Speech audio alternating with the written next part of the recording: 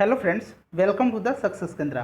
दोस्तों, जैसे कि आप सभी जानते हैं कि हम लोग बिहार दरोगा 2020 की जो नई वैकेंसी आई है उसके पीटी एग्ज़ाम के लिए वर्ष 2020 के जितने भी इम्पोर्टेंट करंट अफेयर्स के क्वेश्चंस हैं उनको टेस्ट वाइज कवर कर रहे हैं।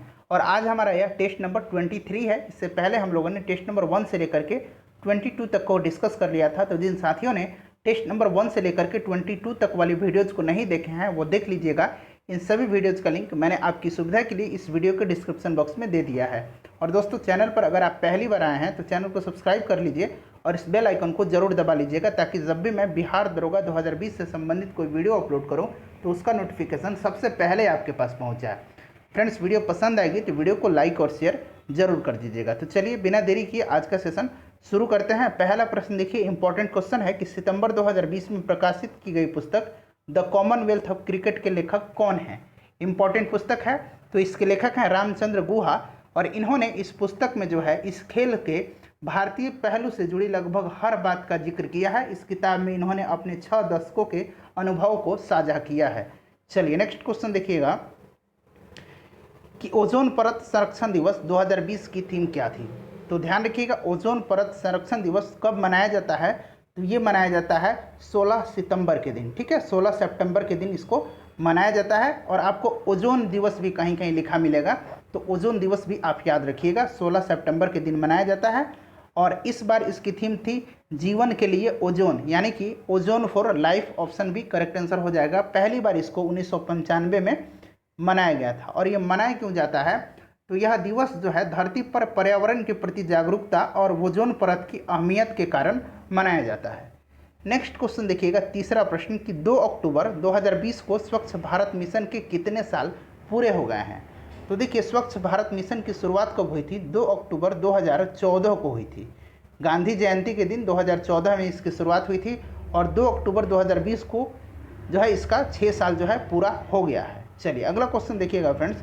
चौथा प्रश्न है कि इसरो द्वारा तीसरा रॉकेट लॉन्च पैड कुलशेखरपट्टिनम किस राज्य में स्थापित किया जा रहा है।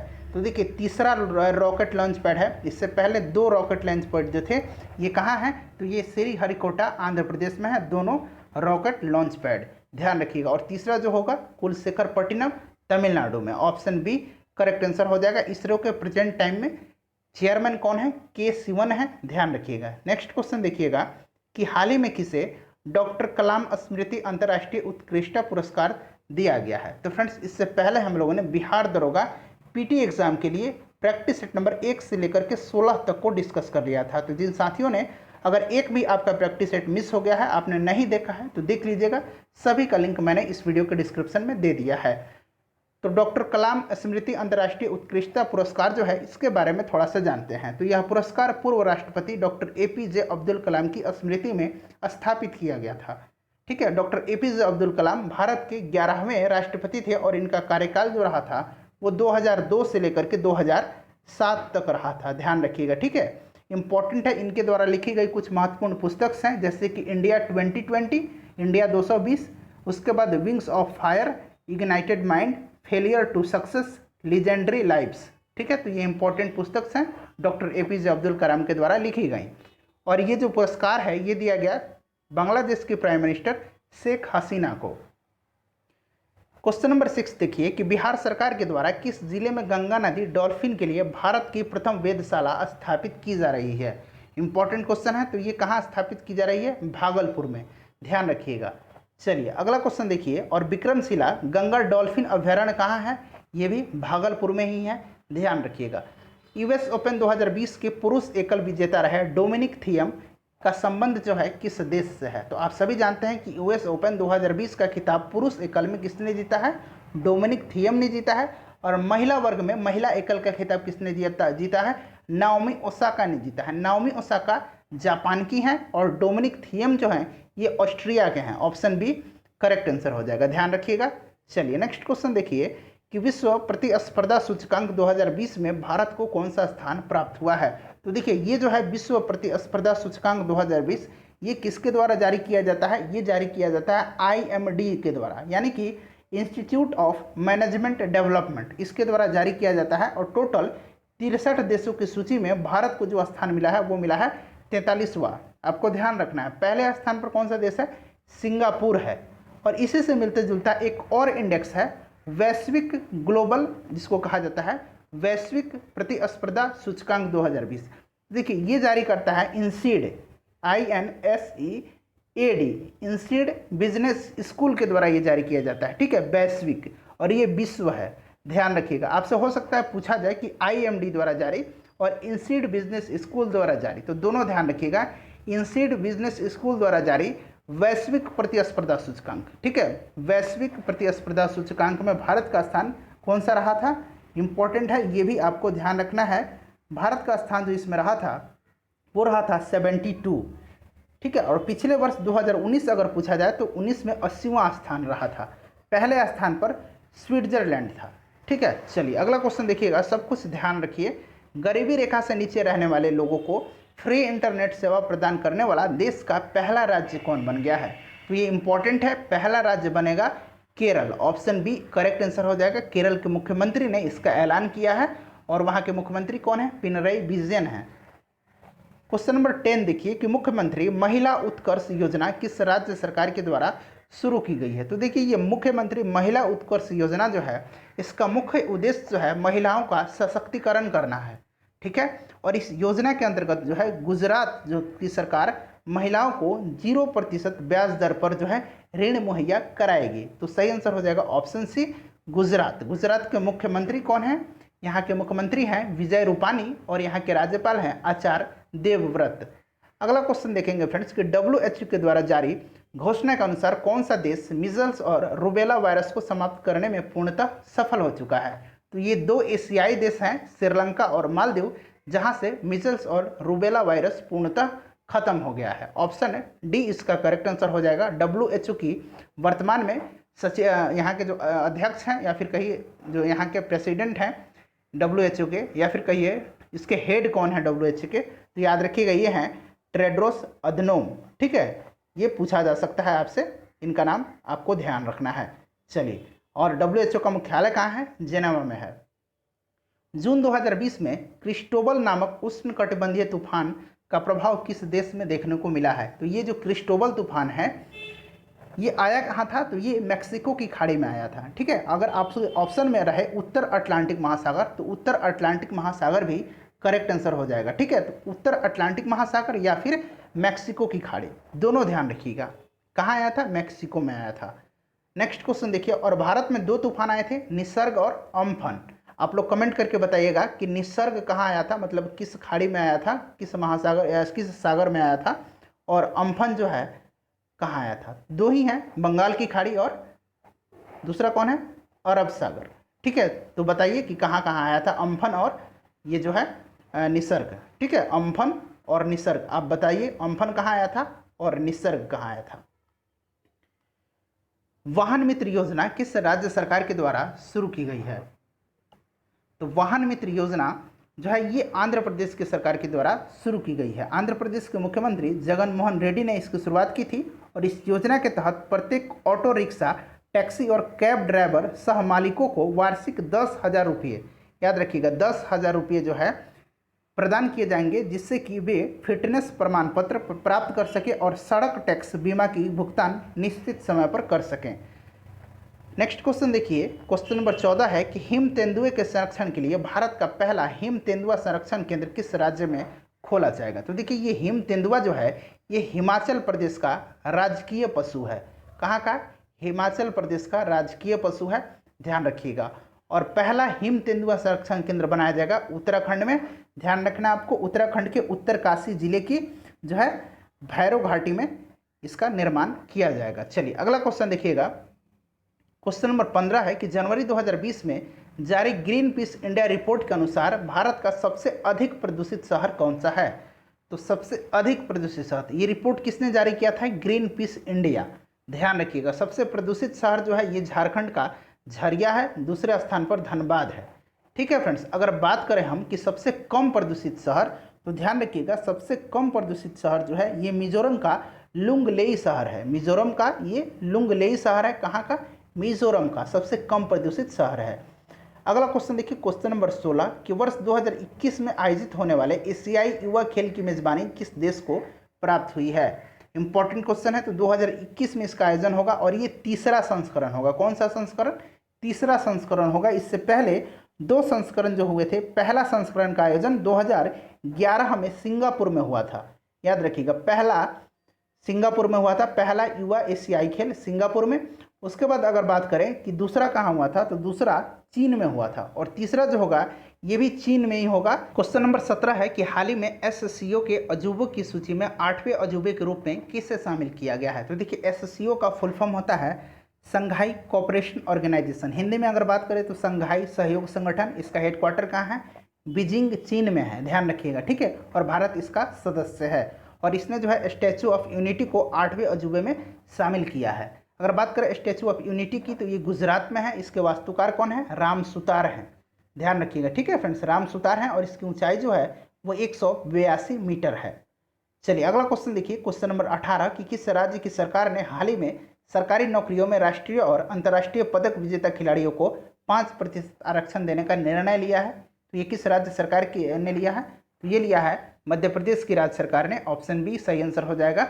चलिए नेक्स्ट क्वेश्चन देखिएगा कि कौन सी महिला फुटबॉलर दुनिया में सबसे ज़्यादा गोल करने वाली खिलाड़ी बनी हैं?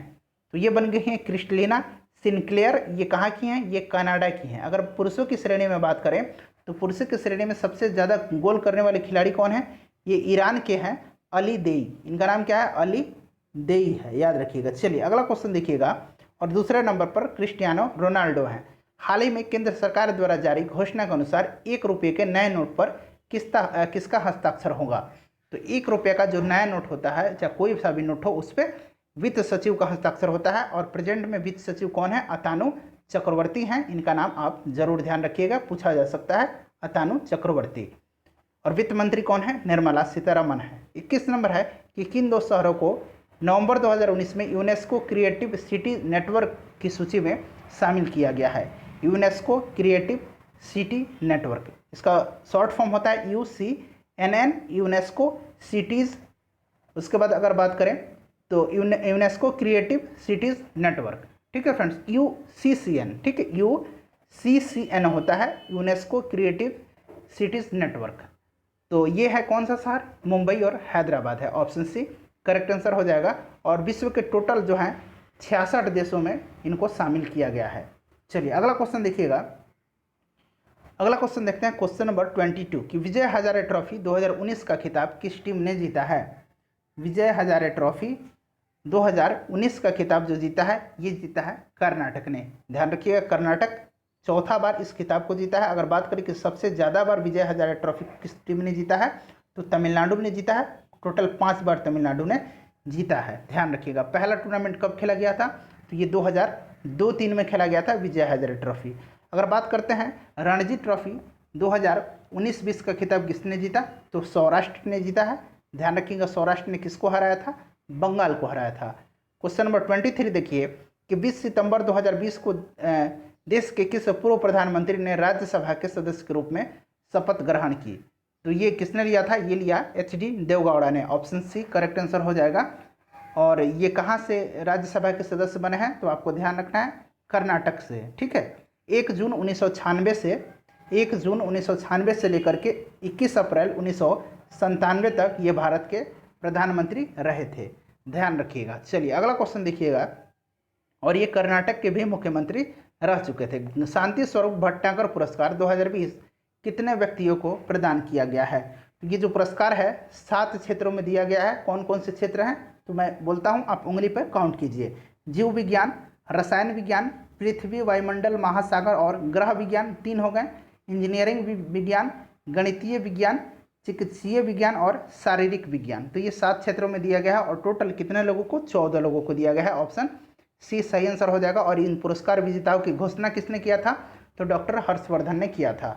नेक्स्ट क्वेश्चन देखिएगा कि हाल ही में किस अभिनेता या अभिनेत्री को संयुक्त राष्ट्र विकास कार्यक्रम UNDP की ओर से प्रतिष्ठित SDG special humanitarian action award से सम्मानित किया गया है? इंपॉर्टेंट क्वेश्चन है क्योंकि ये यूनाइटेड नेशन डेवलपमेंट प्रोग्राम का एक प्रतिष्ठित पुरस्कार है। SDG special humanitarian action award ये दिया गया है सोनू सूद को। ऑप्शन बी करेक्ट आंसर हो जाएगा। और आप सभी जानते हैं कि ये जो कोरोना के जो लॉकडाउन हुआ था, इसमें इन्होंने काफ़ी मानवतापूर्ण काम किया था सोनू सूद ने। चलिए अगला क्वेश्चन देखिएगा कि अखिल भारतीय फुटबॉल महासंघ AIFF यानी कि ऑल इंडिया फुटबॉल फेडरेशन, ठीक है, पुरस्कार 2019-20 में पुरुष श्रेणी में player of the year award किसने जीता है? तो पुरुष श्रेणी में player of the year award जीता है गुरप्रीत सिंह सिंधु ने। ऑप्शन ए करेक्ट आंसर हो जाएगा। अगर महिला श्रेणी की बात करा जाए तो ये जीता है संजू यादव ने। याद रखिएगा, अगर बात करें कि ऑल इंडिया फुटबॉल फेडरेशन के प्रेसिडेंट कौन है तो याद रखिएगा प्रफुल्ल पटेल हैं। कौन है फ्रेंड्स? प्रफुल्ल पटेल हैं। इंपॉर्टेंट है, ध्यान रखिएगा। चलिए नेक्स्ट क्वेश्चन देखते हैं, क्वेश्चन नंबर 27 कि विश्व पर्यटन दिवस 2020 किस तिथि को मनाया गया? इंपॉर्टेंट क्वेश्चन है। तो ये मनाया गया 27 सितंबर के दिन। और इस वर्ष की थीम क्या रही थी? इस वर्ष की थीम रही थी पर्यटन और ग्रामीण विकास, यानी कि टूरिज्म एंड रूरल डेवलपमेंट। याद रखिएगा। चलिए अगला क्वेश्चन देखिए कि विश्व रेबीज दिवस 2020 की थीम क्या है? तो सबसे पहले आप लोग कमेंट करके बताइए कि रेबीज के टीके की खोज किसने किया था? रेबीज का जो टीका था उसकी खोज किसने किया था? तो देखिए रेबीज दिवस मनाया कब जाता है? तो ये 28 सितंबर के दिन प्रतिवर्ष मनाया जाता है। और इस वर्ष इसकी थीम रही थी and rabies collaborate vaccinate. Important है, ध्यान रखिएगा। चलिए 29 नंबर देखिए कि हाल ही में सुपरसोनिक क्रूज मिसाइल ब्रह्मोस का सफल परीक्षण कहाँ से किया गया? तो देखिए ये ब्रह्मोस जो है इसके बारे में थोड़ा सा जानिए। इसे रूस की एनपीओ और भारत का DRDO ने मिलकर के तैयार किया था। और हाल ही में इसका जो सफल परीक्षण किया गया है DRDO के द्वारा किया गया है। कहाँ से किया गया? तो उड़ीसा के बालासोर में इसका सफल परीक्षण किया गया। ऑप्शन डी करेक्ट आंसर हो जाएगा। अगला क्वेश्चन देखिएगा, क्वेश्चन नंबर 13 है, 30वां है कि 33वां अफ्रीकन यूनियन शिखर सम्मेलन का आयोजन फरवरी 2020 में कहाँ किया गया? तो देखिए ये जो अफ्रीकन यूनियन है इसके बारे में थोड़ा सा जानिए। इसकी स्थापना 2002 में हुई थी। टोटल कितने सदस्य देश हैं इसके? तो याद रखिएगा टोटल 55 सदस्य देश हैं। और इसका जो हेडक्वार्टर है वो अदिस अबाबा में है। और अदिस अबाबा है कहाँ? तो अदिस अबाबा जो है ये इथोपिया की राजधानी है। याद रखिएगा। और 33वां अफ्रीकन यूनियन शिखर सम्मेलन का आयोजन यहीं पे किया गया अदिस अबाबा में। नेक्स्ट क्वेश्चन देखिए कि राफेल लड़ाकू विमान उड़ाने वाली भारत की पहली महिला फाइटर पायलट कौन बनी है? फ्रेंड्स इस प्रश्न को कल मैंने चर्चा किया था और आज आपसे टेस्ट के तौर पर पूछ रहा हूं। इसका आंसर आप लोग कमेंट करके बताइए। अगला क्वेश्चन है कि किस भारतीय अर्थशास्त्री को जर्मन बुक का प्रतिष्ठित शांति पुरस्कार प्रदान किया गया है? इसका आंसर भी आप लोग कमेंट करके बताइएगा। फ्रेंड्स उम्मीद करता हूँ कि वीडियो पसंद आई है तो प्लीज़ वीडियो को लाइक कर दीजिए और एक शेयर जरूर कर दीजिएगा। और हमारा प्रैक्टिस सेट नंबर 116 तक को देख लीजिए। और साथ ही साथ ये करंट अफेयर्स का जो टेस्ट सीरीज है 101 से लेकर के 22 तक उसको भी जरूर देख लीजिएगा। सभी वीडियोस का लिंक मैंने डिस्क्रिप्शन में दे दिया है। चैनल पर नए हैं तो सब्सक्राइब कर लीजिएगा और बेल आइकन को दबा लीजिएगा ताकि रेगुलर नोटिफिकेशन आपको मिलते रहे। मिलते हैं नेक्स्ट वीडियो में। अपना ध्यान रखिएगा, पढ़ाई करते रहिए। Thanks for watching.